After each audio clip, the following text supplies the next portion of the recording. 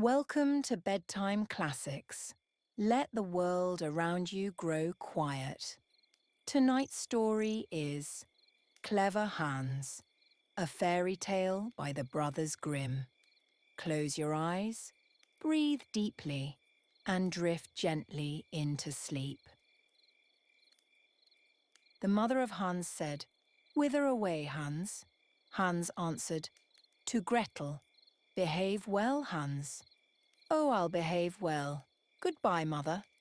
"Goodbye, Hans." Hans comes to Gretel. "Good day, Gretel." "Good day, Hans. What do you bring that is good?"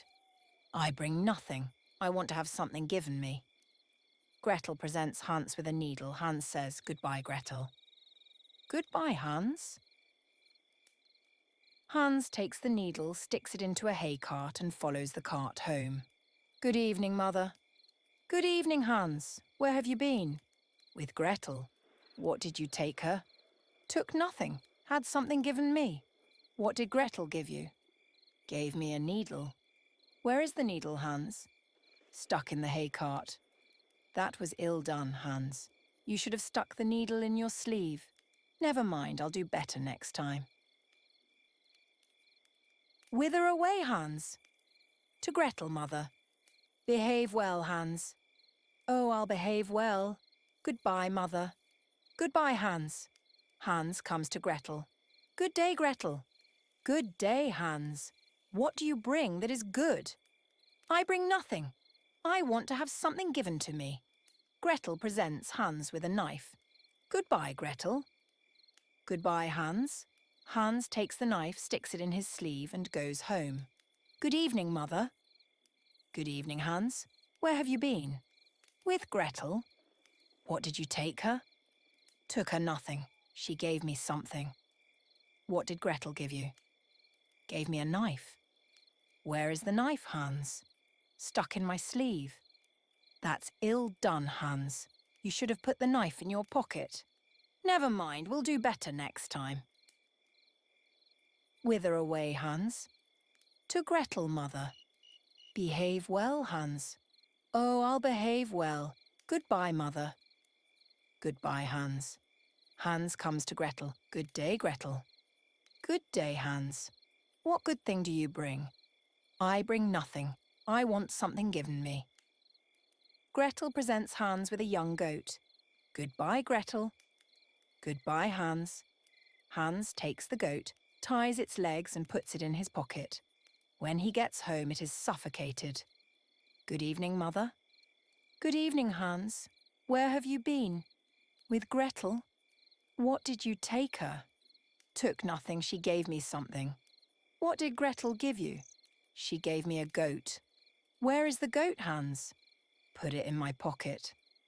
"That was ill done, Hans. You should have put a rope round the goat's neck." "Never mind. We'll do better next time." "Whither away, Hans?" "To Gretel, mother." "Behave well, Hans." "Oh, I'll behave well. Goodbye, mother." "Goodbye, Hans." Hans comes to Gretel. "Good day, Gretel." "Good day, Hans. What good thing do you bring?" "I bring nothing. I want something given me." Gretel presents Hans with a piece of bacon. "Goodbye, Gretel." "Goodbye, Hans." Hans takes the bacon, ties it to a rope, and drags it away behind him. The dogs come and devour the bacon. When he gets home, he has the rope in his hand, and there is no longer anything hanging onto it. "Good evening, mother."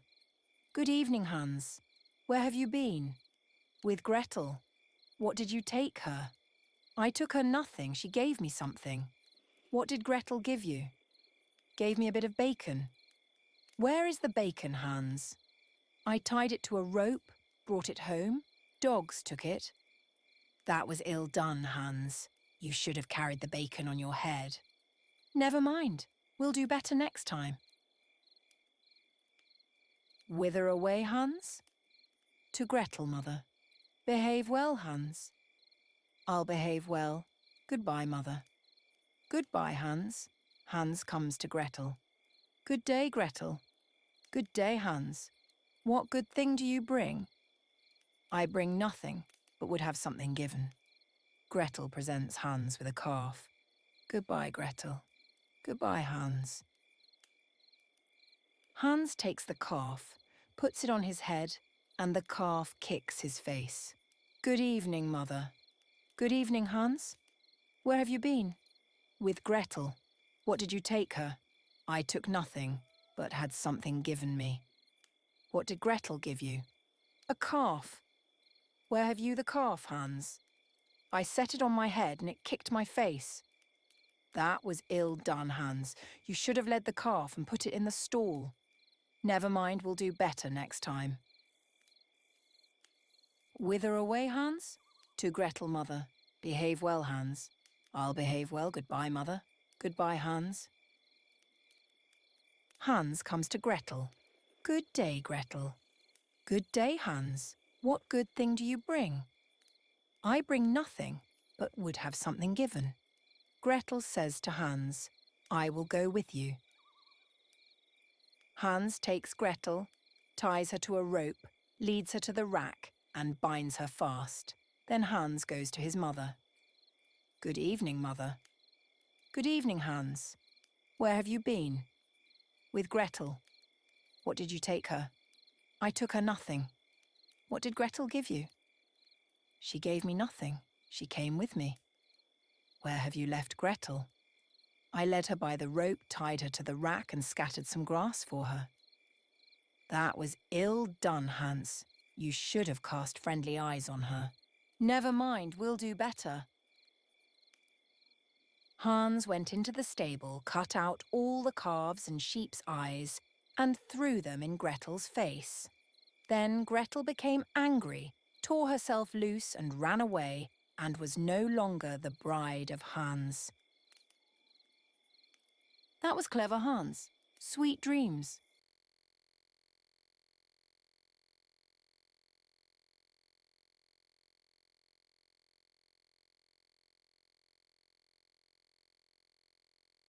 Welcome to Bedtime Classics. Let the world around you grow quiet. Tonight's story is Iron Hans, a fairy tale by the brothers Grimm. Close your eyes, breathe deeply, and drift gently into sleep. There was once upon a time a king who had a great forest near his palace, full of all kinds of wild animals. One day he sent out a huntsman to shoot him a roe, but he did not come back. Perhaps some accident has befallen him, said the king, and the next day he sent out 2 more huntsmen who were to search for him, but they too stayed away. Then on the 3rd day he sent for all his huntsmen and said, Scour the whole forest through, and do not give up until you have found all 3. But of these also, none came home again. None were seen again. From that time forth, no one would any longer venture into the forest, and it lay there in deep stillness and solitude, and nothing was seen of it, but sometimes an eagle or a hawk flying over it.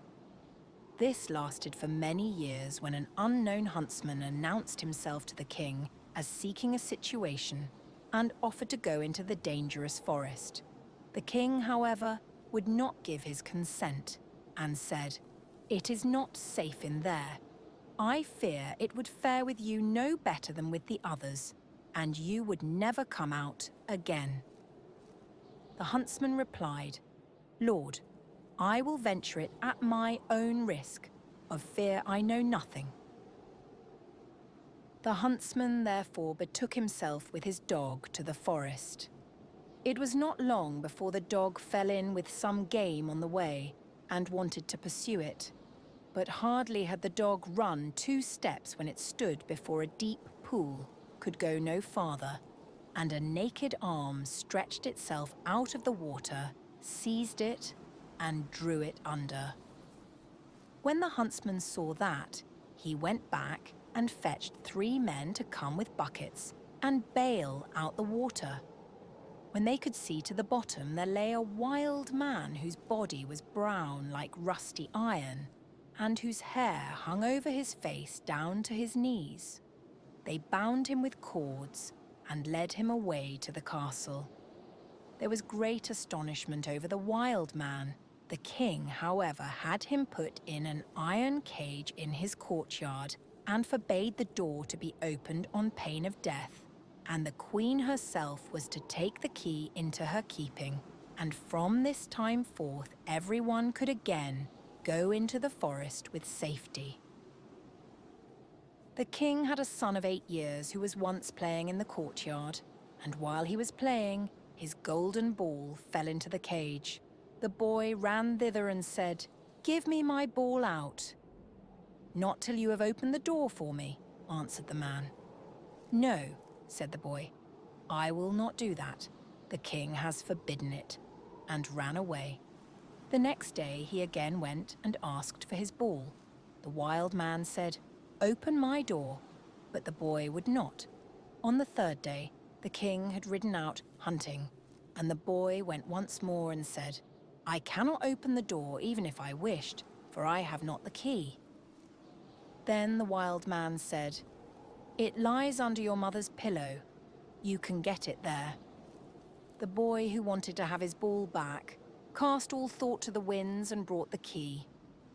The door opened with difficulty and the boy pinched his fingers. When it was open, the wild man stepped out, gave him the golden ball, and hurried away. The boy had become afraid. He called and cried after him, "Oh, wild man, do not go away, or I shall be beaten." The wild man turned back, took him up, set him on his shoulder, and went with hasty steps into the forest. When the king came home, he observed the empty cage and asked the queen how that had happened. She knew nothing about it and sought the key, but it was gone. She called the boy, but no one answered. The king sent out people to seek for him in the fields, but they did not find him. Then he could easily guess what had happened, and much grief reigned in the royal court. When the wild man had once more reached the dark forest, he took the boy down from his shoulder and said to him, "You will never see your father and mother again, but I will keep you with me, for you have set me free, and I have compassion on you. If you do all I bid you, you shall fare well. Of treasure and gold have I enough, and more than anyone in the world." He made a bed of moss for the boy on which he slept, and the next morning the man took him to a well and said, "Behold, the gold well is as bright and clear as crystal. You shall sit beside it and take care that nothing falls into it, or it will be polluted. I will come every evening to see if you have obeyed my order."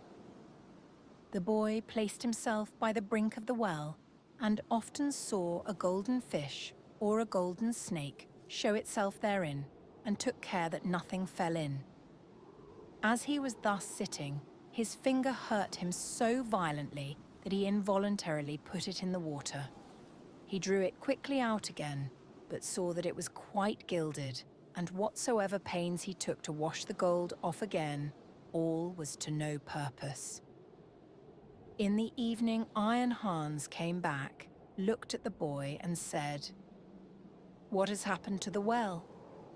"Nothing, nothing," he answered, and held his finger behind his back that the man might not see it. But he said, "You have dipped your finger into the water. This time it may pass, but take care you do not again let anything go in." By daybreak, the boy was already sitting by the well and watching it. His finger hurt him again, and he passed it over his head, and then, unhappily, a hair fell down into the well. He took it quickly out, but it was already quite gilded. Iron Hans came, and already knew what had happened. "You have let a hair fall into the well," said he. "I will allow you to watch by it once more, but if this happens for the third time, then the well is polluted and you can no longer remain with me. Oh." On the third day, the boy sat by the well and did not stir his finger, however much it hurt him. But the time was long to him, and he looked at the reflection of his face on the surface of the water. And as he still bent down more and more while he was doing so, and trying to look straight into the eyes, his long hair fell down from his shoulders into the water. He raised himself up quickly, but the whole of the hair of his head was already golden and shone like the sun. You can imagine how terrified the poor boy was. He took his pocket handkerchief and tied it round his head in order that the man might not see it. When he came, he already knew everything and said, "Take the handkerchief off." Then the golden hair streamed forth, and let the boy excuse himself as he might, it was of no use. "You have not stood the trial and can stay here no longer. Go forth into the world, there you will learn what poverty is. But as you have not a bad heart, and as I mean well by you, there is one thing I will grant you. If you fall into any difficulty, come to the forest and cry, 'Iron Hands,' and then I will come and help you. My power is great, greater than you think, and I have gold and silver in abundance." Then the king's son left the forest and walked by beaten and unbeaten paths ever onwards, until at length he reached a great city. There he looked for work, but could find none, and he learnt nothing by which he could help himself. At length he went to the palace and asked if they would take him in. The people about court did not at all know what use they could make of him, but they liked him and told him to stay. At length the cook took him into his service and said he might carry wood and water and rake the cinders together. Once, when it so happened that no one else was at hand, the cook ordered him to carry the food to the royal table, but as he did not like to let his golden hair be seen, he kept his little cap on. Such a thing as that had never yet come under the king's notice, and he said, "When you come to the royal table, you must take your hat off." He answered, "Ah, Lord, I cannot. I have a bad sore place on my head." Then the king had the cook called before him and scolded him, and asked how he could take such a boy as that into his service, and that he was to send him away at once. The cook, however, had pity on him, and exchanged him for the gardener's boy. And now the boy had to plant and water the garden, hoe and dig, and bear the wind and bad weather. Once in summer, when he was working alone in the garden, the day was so warm he took his little cap off, that the air might cool him. As the sun shone on his hair, it glittered and flashed, so that the rays fell into the bedroom of the king's daughter, and up she sprang to see what that could be. Then she saw the boy, and cried to him, "Boy, bring me a wreath of flowers." He put his cap on with all haste, and gathered wild field flowers and bound them together. When he was ascending the stairs with them, the gardener met him and said, "How can you take the king's daughter a garland of such common flowers? Go quickly and get another, and seek out the prettiest and rarest." "Oh no," replied the boy, "the wild ones have more scent and will please her better." When he got into the room, the king's daughter said, "Take your cap off. It is not seemly to keep it on in my presence." He again said, "I may not. I have a sore head." She, however, caught at his cap and pulled it off, and then his golden hair rolled down on his shoulders, and it was splendid to behold. He wanted to run out, but she held him by the arm and gave him a handful of ducats. With these he departed, but he cared nothing for the gold pieces. He took them to the gardener and said, "I present them to your children. They can play with them." The following day, the king's daughter again called to him that he was to bring her a wreath of field flowers, and then he went in with it. She instantly snatched at his cap and wanted to take it away from him, but he held it fast with both hands. She again gave him a handful of ducats, but he would not keep them, and gave them to the gardener for playthings for his children. On the third day, things went just the same. She could not get his cap away from him, and he would not have her money. Not long afterwards, the country was overrun by war. The king gathered together his people and did not know whether or not he could offer any opposition to the enemy, who was superior in strength and had a mighty army. Then said the gardener's boy, "I am grown up and will go to the wars also. Only give me a horse." The others laughed and said, "Seek one for yourself when we are gone. We will leave one behind us in the stable for you." When they had gone forth, he went into the stable and led the horse out. It was lame of one foot and limped hobblety-jib, hobblety-jib. Nevertheless, he mounted it and rode away to the dark forest. When he came to the outskirts, he called Iron Hans 3 times so loudly that it echoed through the trees. Thereupon the wild man appeared immediately and said, "What do you desire?" "I want a strong steed, for I am going to the wars. That you shall have, and still more than you ask for." Then the wild man went back into the forest, and it was not long before a stable boy came out of it, who led a horse that snorted with its nostrils and could hardly be restrained, and behind them followed a great troop of warriors entirely equipped in iron, and their swords flashed in the sun. The youth made over his 3-legged horse to the stable boy, mounted the other, and rode at the head of the soldiers. When he got near the battlefield, a great part of the king's men had already fallen, and little was wanting to make the rest give way. Then the youth galloped thither with his iron soldiers, broke like a hurricane over the enemy, and beat down all who opposed him. They began to flee, but the youth pursued and never stopped, until there was not a single man left. Instead of returning to the king, however, he conducted his troop by byways back to the forest and called forth Iron Hans. "What do you desire?" asked the wild man. "Take back your horse and your troops, and give me my 3-legged horse again." All that he asked was done, and soon he was riding on his 3-legged horse. When the king returned to his palace, his daughter went to meet him and wished him joy of his victory. "I am not the one who carried away the victory," said he, "but a strange knight who came to my assistance with his soldiers."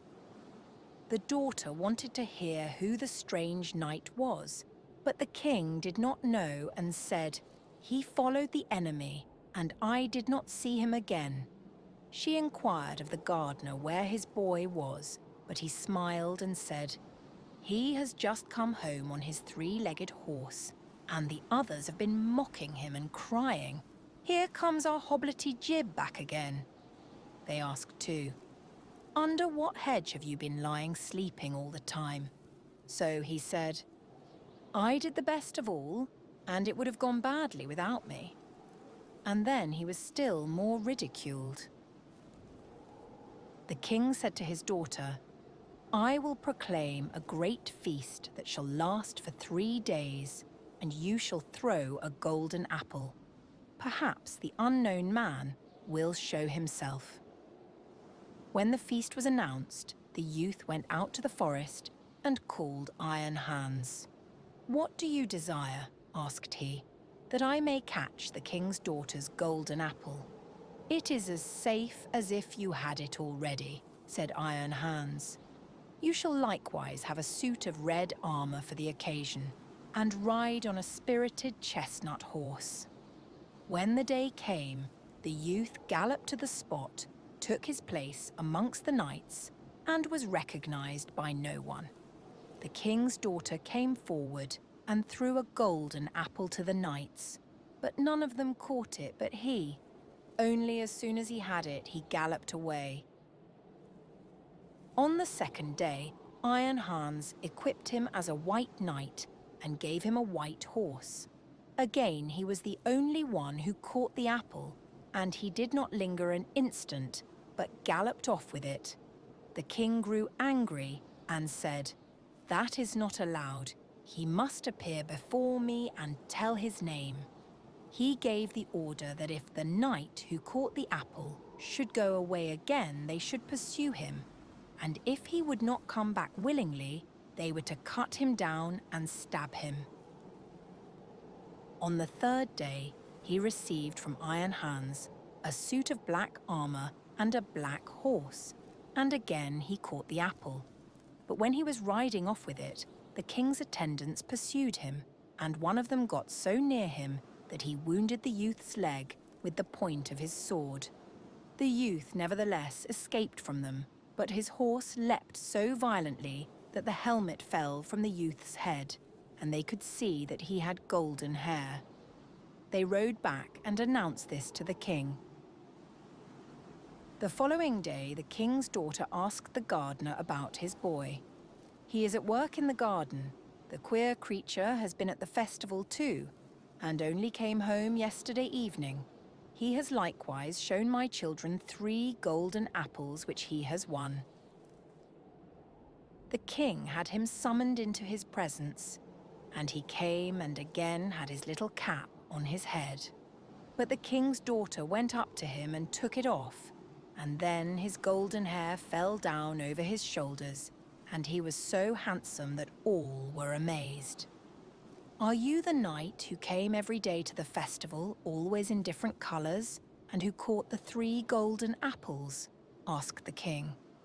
"Yes," answered he, "and here the apples are."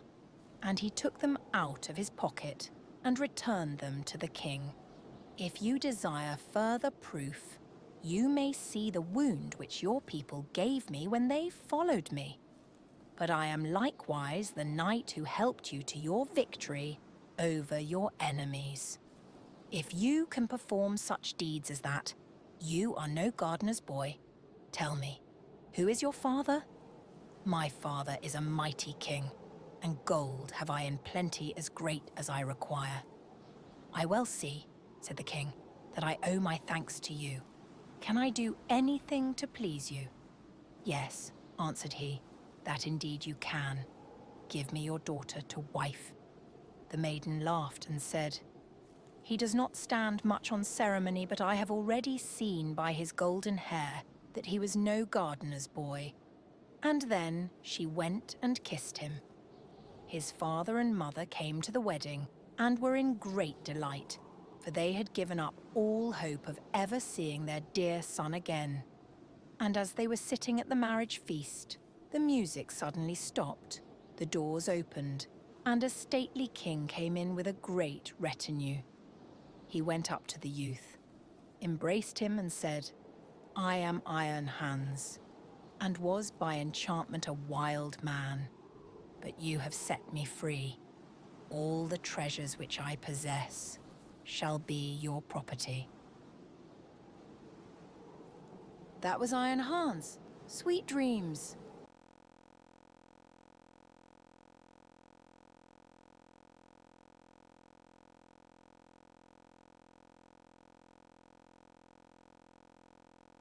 Welcome to Bedtime Classics. Let the world around you grow quiet. Tonight's story is Old Sultan, a fairy tale by the brothers Grimm. Close your eyes, breathe deeply, and drift gently into sleep. A shepherd had a faithful dog called Sultan, who was grown very old and had lost all his teeth.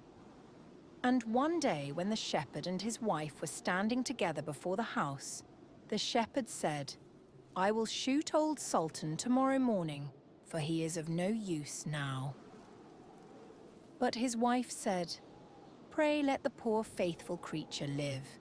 He has served us well a great many years, and we ought to give him a livelihood for the rest of his days." "But what can we do with him?" said the shepherd. "He has not a tooth in his head, and the thieves don't care for him at all. To be sure he has served us, but then he did it to earn his livelihood. Tomorrow shall be his last day, depend upon it." Poor Sultan, who was lying close by them, heard all that the shepherd and his wife said to one another, and was very much frightened to think tomorrow would be his last day. So in the evening he went to his good friend the wolf, who lived in the wood, and told him all his sorrows and how his master meant to kill him in the morning. "Make yourself easy," said the wolf. "I will give you some good advice. Your master, you know, goes out every morning very early with his wife into the field, and they take their little child with them and lay it down behind the hedge in the shade while they are at work. Now do you lie down close by the child and pretend to be watching it, and I will come out of the wood and run away with it. You must run after me as fast as you can, and I will let it drop. Then you may carry it back, and they will think you have saved their child and will be so thankful to you that they will take care of you as long as you live." The dog liked this plan very well, and accordingly so it was managed. The wolf ran with the child a little way. The shepherd and his wife screamed out, but Sultan soon overtook him and carried the poor little thing back to his master and mistress. Then the shepherd patted him on the head and said, "Old Sultan has saved our child from the wolf, and therefore he shall live and be well taken care of and have plenty to eat. Wife, go home and give him a good dinner, and let him have my old cushion to sleep on as long as he lives." So from this time forward, Sultan had all that he could wish for. Soon afterwards, the wolf came and wished him joy and said, "Now, my good fellow, you must tell no tales, but turn your head the other way when I want to taste one of the old shepherd's fine fat sheep." "No," said the Sultan, "I will be true to my master." However, the wolf thought he was in joke and came one night to get a dainty morsel. But Sultan had told his master what the wolf meant to do, so he laid wait for him behind the barn door, and when the wolf was busy looking out for a good fat sheep, he had a stout cudgel laid about his back that combed his locks for him finely. Then the wolf was very angry and called Sultan an old rogue and swore he would have his revenge. So the next morning the wolf sent the boar to challenge Sultan to come into the wood to fight the matter. Now Sultan had nobody he could ask to be his second but the shepherd's old three-legged cat. So he took her with him, and as the poor thing limped along with some trouble, she stuck up her tail straight in the air. The wolf and the wild boar were first on the ground, and when they espied their enemies coming and saw the cat's long tail standing straight in the air, they thought she was carrying a sword for Sultan to fight with, and every time she limped, they thought she was picking up a stone to throw at them.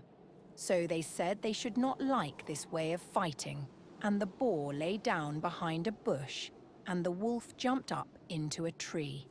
Sultan and the cat soon came up, and looked about and wondered that no one was there. The boar, however, had not quite hidden himself, for his ears stuck out of the bush, and when he shook one of them a little, the cat, seeing something move and thinking it was a mouse, sprang upon it and bit and scratched it, so that the boar jumped up and grunted and ran away, roaring out, "Look up in the tree! There sits the one who is to blame." So they looked up and espied the wolf sitting amongst the branches, and they called him a cowardly rascal, and would not suffer him to come down till he was heartily ashamed of himself and had promised to be good friends again with old Sultan. That was old Sultan. Sweet dreams.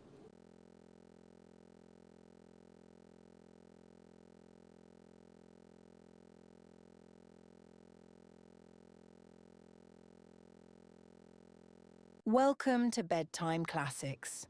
Let the world around you grow quiet. Tonight's story is The Fox and the Horse, a fairy tale by the brothers Grimm. Close your eyes, breathe deeply, and drift gently into sleep. A farmer had a horse that had been an excellent faithful servant to him, but he was now grown too old to work. So the farmer would give him nothing more to eat and said, "I want you no longer, so take yourself off out of my stable. I shall not take you back again until you are stronger than a lion." Then he opened the door and turned him adrift. The poor horse was very melancholy and wandered up and down in the wood, seeking some little shelter from the cold wind and rain. Presently, a fox met him. "What's the matter, my friend?" said he. "Why do you hang down your head and look so lonely and woebegone?" "Ah," replied the horse, "justice and avarice never dwell in one house. My master has forgotten all that I have done for him so many years, and because I can no longer work, he has turned me adrift, and says unless I become stronger than a lion, he will not take me back again. What chance can I have of that? He knows I have none, or he would not talk so." However, the fox bid him be of good cheer and said, "I will help you. Lie down there, stretch yourself out quite stiff, and pretend to be dead." The horse did as he was told, and the fox went straight to the lion who lived in a cave close by, and said to him, "A little way off lies a dead horse. Come with me, and you may make an excellent meal of his carcass." The lion was greatly pleased and set off immediately. And when they came to the horse, the fox said, "You will not be able to eat him comfortably here. I'll tell you what, I will tie you fast to his tail, and then you can draw him to your den and eat him at your leisure." This advice pleased the lion, so he laid himself down quietly for the fox to make him fast to the horse. But the fox managed to tie his legs together and bound all so hard and fast that with all his strength he could not set himself free. When the work was done, the fox clapped the horse on the shoulder and said, "Jip, Dobbin, Jip." Then up he sprang and moved off, dragging the lion behind him. The beast began to roar and bellow till all the birds of the wood flew away for fright, but the horse let him sing on and made his way quietly over the fields to his master's house. "Here he is, master," said he. "I have got the better of him." And when the farmer saw his old servant, his heart relented, and he said, "Thou shalt stay in thy stable and be well taken care of." And so the poor old horse had plenty to eat and lived till he died. That was The Fox and the Horse. Sweet dreams.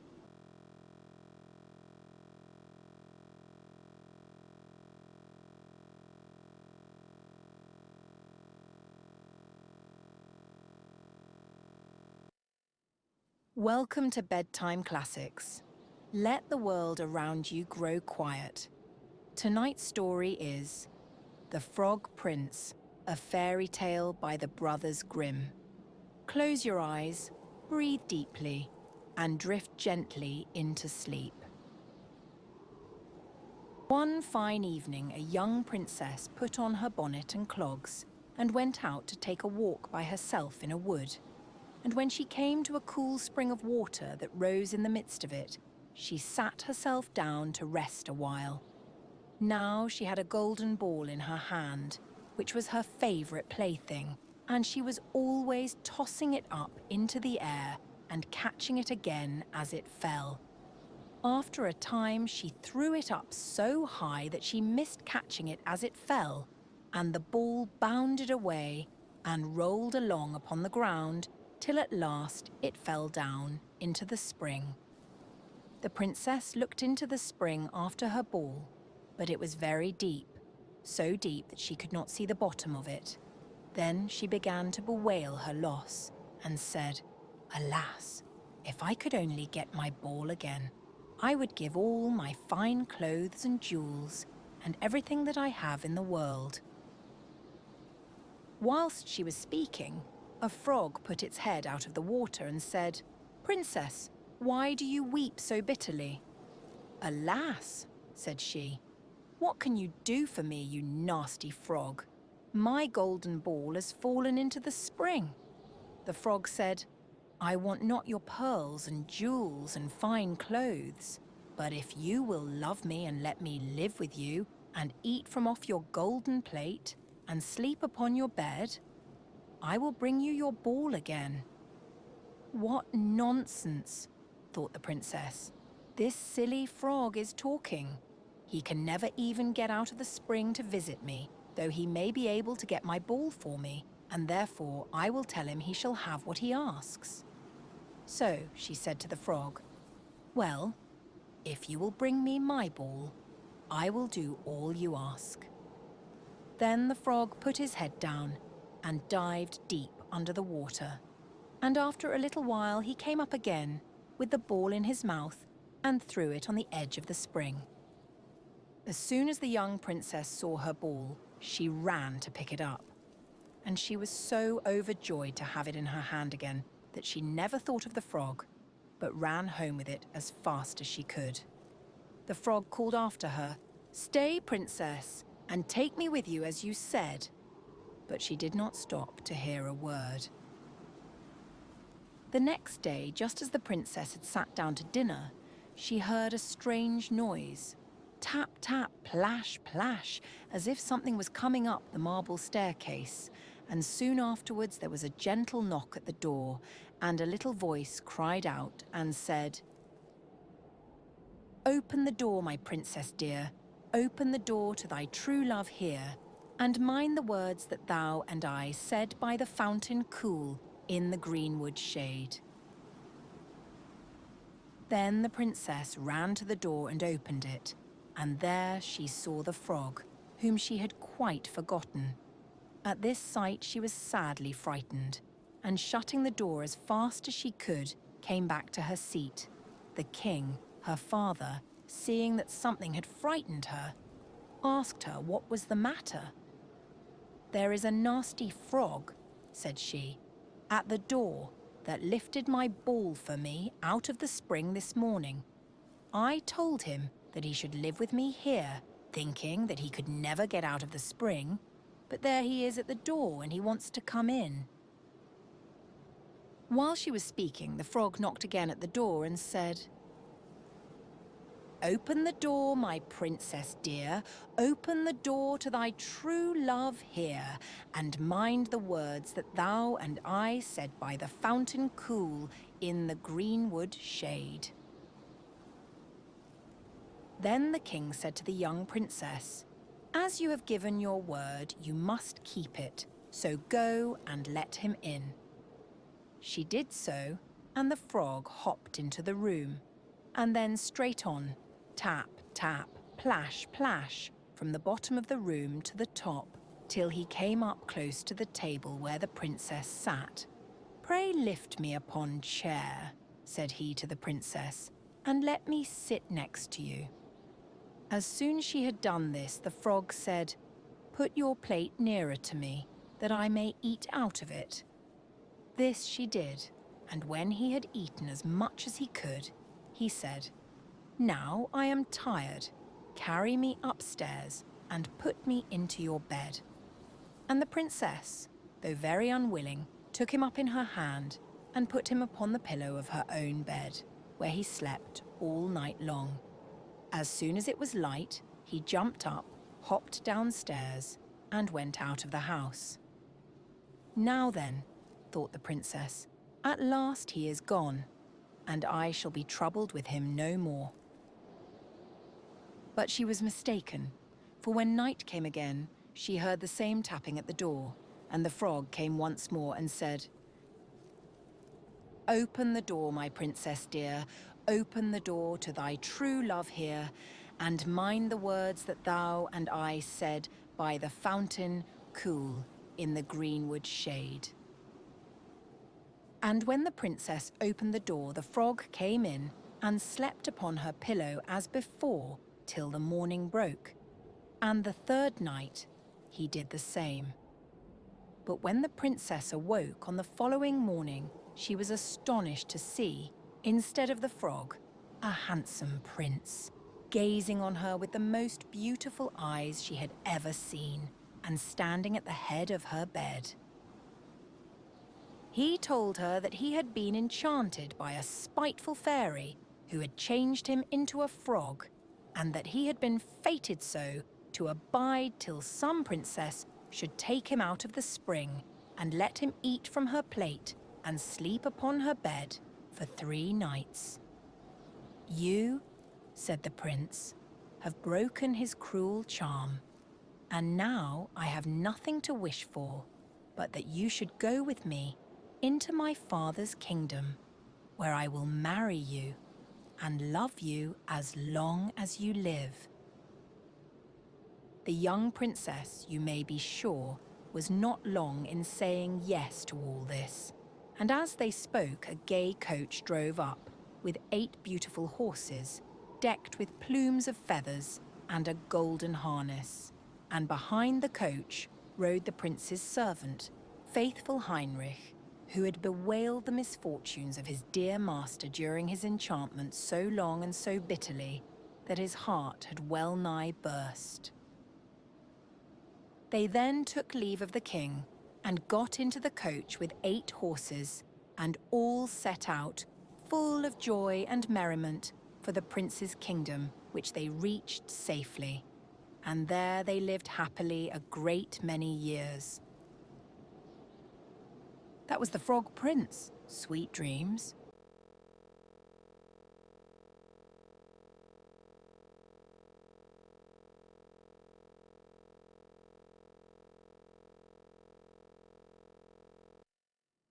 Welcome to Bedtime Classics. Let the world around you grow quiet.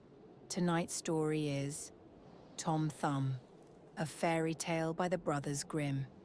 Close your eyes, breathe deeply, and drift gently into sleep. A poor woodman sat in his cottage one night, smoking his pipe by the fireside, while his wife sat by his side spinning. "How lonely it is, wife," said he, as he puffed out a long curl of smoke, "for you and me to sit here by ourselves, without any children to play about and amuse us, while other people seem so happy and merry with their children." "What you say is very true," said the wife, sighing and turning round her wheel. "How happy should I be if I had but one child? If it were ever so small, nay, if it were no bigger than my thumb, I should be very happy and love it dearly." Now, odd as you may think it, it came to pass that this good woman's wish was fulfilled just in the very way she had wished it. For, not long afterwards, she had a little boy who was quite healthy and strong, but was not much bigger than my thumb. So they said, "Well, we cannot say we have not got what we wished for, and little as he is, we will love him dearly." And they called him Thomas Thumb.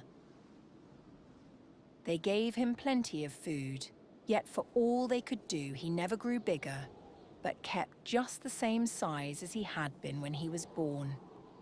Still, his eyes were sharp and sparkling, and he soon showed himself to be a clever little fellow who always knew well what he was about. One day, as the woodman was getting ready to go into the wood to cut fuel, he said, "I wish I had someone to bring the cart after me, for I want to make haste." "Oh, father," cried Tom, "I will take care of that. The cart shall be in the wood by the time you want it." Then the woodman laughed and said, "How can that be? You cannot reach up to the horse's bridle." "Never mind that, father," said Tom. "If my mother will only harness the horse, I will get into his ear and tell him which way to go." "Well," said the father, "we will try for once." When the time came, the mother harnessed the horse to the cart and put Tom into his ear, and as he sat there, the little man told the beast how to go, crying out, "Go on!" and "Stop," as he wanted. And thus the horse went on just as well as if the woodman had driven it himself into the wood.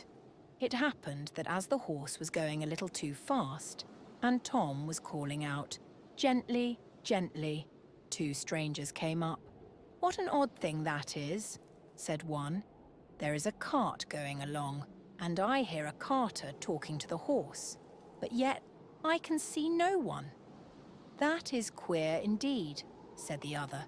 "Let us follow the cart and see where it goes." So they went on into the wood, till at last they came to the place where the woodman was.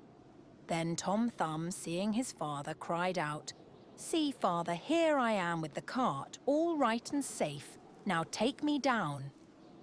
So his father took hold of the horse with one hand, and with the other took his son out of the horse's ear, and put him down upon a straw, where he sat as merry as you please. The two strangers were all this time looking on, and did not know what to say for wonder. At last one took the other aside, and said, "That little urchin will make our fortune, if we can get him and carry him about from town to town as a show. We must buy him." So they went up to the woodman and asked him what he would take for the little man. "He will be better off," said they, "with us than with you." "I won't sell him at all," said the father. "My own flesh and blood is dearer to me than all the silver and gold in the world." But Tom, hearing of the bargain they wanted to make, crept up his father's coat to his shoulder and whispered in his ear, "Take the money, father, and let them have me. I'll soon come back to you." So the woodman at last said he would sell Tom to the strangers for a large piece of gold, and they paid the price. "Where would you like to sit?" said one of them. "Oh, put me on the rim of your hat. That will be a nice gallery for me. I can walk about there and see the country as we go along." So they did as he wished, and when Tom had taken leave of his father, they took him away with them. They journeyed on till it began to be dusky, and then the little man said, "Let me get down. I'm tired." So the man took off his hat and put him down on a clod of earth in a ploughed field by the side of the road. But Tom ran about amongst the furrows and at last slipped into an old mouse hole. "Good night, my masters," said he. "I'm off. Mind and look sharp after me the next time." Then they ran at once to the place and poked the ends of their sticks into the mouse hole, but all in vain. Tom only crawled farther and farther in, and at last it became quite dark, so that they were forced to go their way without their prize, as sulky as could be. When Tom found they were gone, he came out of his hiding place. "What dangerous walking it is," said he, "in this ploughed field. If I were to fall from one of these great clods, I should undoubtedly break my neck." At last, by good luck, he found a large empty snail shell. "This is lucky," said he. "I can sleep here very well," and in he crept. Just as he was falling asleep, he heard two men passing by chatting together, and one said to the other, "How can we rob that rich parson's house of his silver and gold?" "I'll tell you," cried Tom. "What noise was that?" said the thief, frightened. "I'm sure I heard someone speak." They stood still listening, and Tom said, "Take me with you, and I'll soon show you how to get the parson's money." "But where are you?" said they. "Look about on the ground," answered he, "and listen where the sound comes from." At last the thieves found him out and lifted him up in their hands. "You little urchin," they said, "what can you do for us?" "Why, I can get between the iron window bars of the parson's house and throw you out whatever you want." "That's a good thought," said the thieves. "Come along, we shall see what you can do." When they came to the parson's house, Tom slipped through the window bars into the room and then called out as loud as he could bawl, "Will you have all that is here?" At this, the thieves were frightened and said, "Softly, softly, speak low that you may not awaken anybody." But Tom seemed as if he did not understand them and bawled out again, "How much will you have? Shall I throw it all out?" Now the cook lay in the next room, and hearing a noise, she raised herself up in her bed and listened. Meantime, the thieves were frightened and ran off a little way, but at last they plucked up their hearts and said, "The little urchin is only trying to make fools of us." So they came back and whispered softly to him, saying, "Now let us have no more of your roguish jokes, but throw us out some of the money." Then Tom called out as loud as he could, "Very well, hold your hands, here it comes." The cook heard this quite plain, so she sprang out of bed and ran to open the door. The thieves ran off as if a wolf was at their tails, and the maid, having groped about and found nothing, went away for a light. By the time she came back, Tom had slipped off into the barn, and when she had looked about and searched every hole and corner and found nobody, she went to bed, thinking she must have been dreaming with her eyes open. The little man crawled about in the hayloft, and at last found a snug place to finish his night's rest in. So he laid himself down, meaning to sleep till daylight, and then find his way home to his father and mother. But alas, how woefully he was undone. What crosses and sorrows happen to us all in this world. The cook got up early, before daybreak, to feed the cows, and going straight to the hayloft, carried away a large bundle of hay with the little man in the middle of it, fast asleep.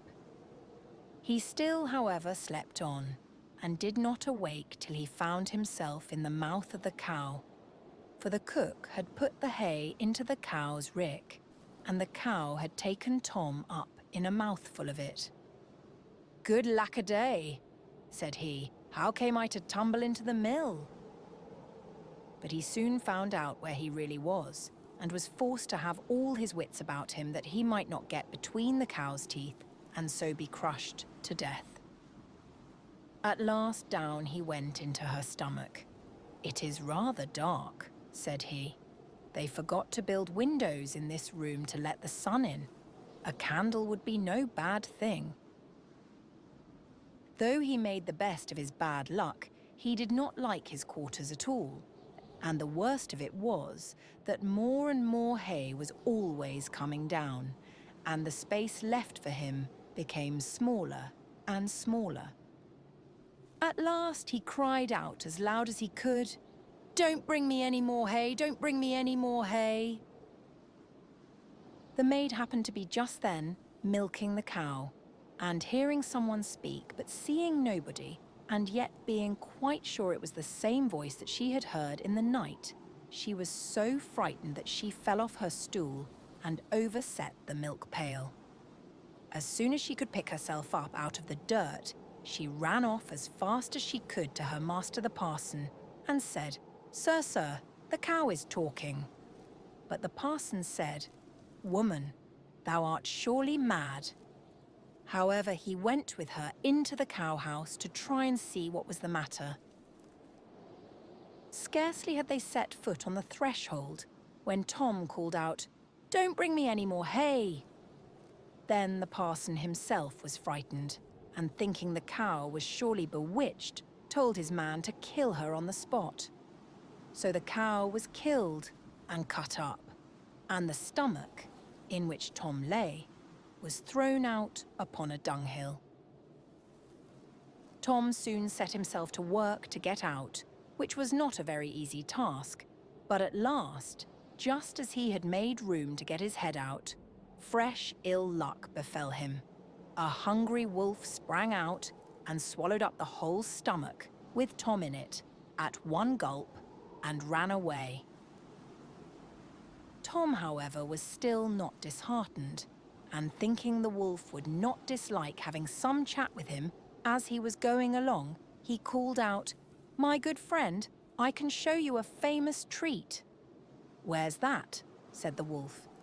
"In such and such a house," said Tom, describing his own father's house. "You can crawl through the drain into the kitchen and then into the pantry, and there you will find cakes, ham, beef, cold chicken, roast pig, apple dumplings, and everything that your heart can wish." The wolf did not want to be asked twice, so that very night he went to the house and crawled through the drain into the kitchen and then into the pantry, and ate and drank there to his heart's content. As soon as he had had enough, he wanted to get away, but he had eaten so much that he could not go out by the same way he came in. This was just what Tom had reckoned upon, and now he began to set up a great shout, making all the noise he could. "Will you be easy?" said the wolf. "You'll awaken everybody in the house if you make such a clatter." "What's that to me?" said the little man. "You have had your frolic, now I've a mind to be merry myself." And he began singing and shouting as loud as he could. The woodman and his wife, being awakened by the noise, peeped through a crack in the door. But when they saw a wolf was there, you may well suppose that they were sadly frightened. And the woodman ran for his axe and gave his wife a scythe. "Do you stay behind?" said the woodman. "And when I have knocked him on the head, you must rip him up with the scythe." Tom heard all this and cried out, "Father, father, I am here, the wolf has swallowed me." And his father said, "Heaven be praised. We have found our dear child again." And he told his wife not to use the scythe for fear she should hurt him. Then he aimed a great blow and struck the wolf on the head and killed him on the spot. And when he was dead, they cut open his body and set Tommy free. "Ah," said the father, "what fears we have had for you." "Yes, father," answered he. "I have travelled all over the world, I think, in one way or other, since we parted, and now I am very glad to come home and get fresh air again." "Why, where have you been?" said his father. "I have been in a mouse hole, and in a snail shell, and down a cow's throat, and in the wolf's belly, and yet here I am again, safe and sound." "Well," said they, "you are come back, and we will not sell you again for all the riches in the world." Then they hugged and kissed their dear little son, and gave him plenty to eat and drink, for he was very hungry, and then they fetched new clothes for him, for his old ones had been quite spoiled on his journey. So Master Thumb stayed at home with his father and mother, in peace. For though he had been so great a traveller, and had done and seen so many fine things, and was fond enough of telling the whole story, he always agreed that after all there's no place like home. That was Tom Thumb. Sweet dreams.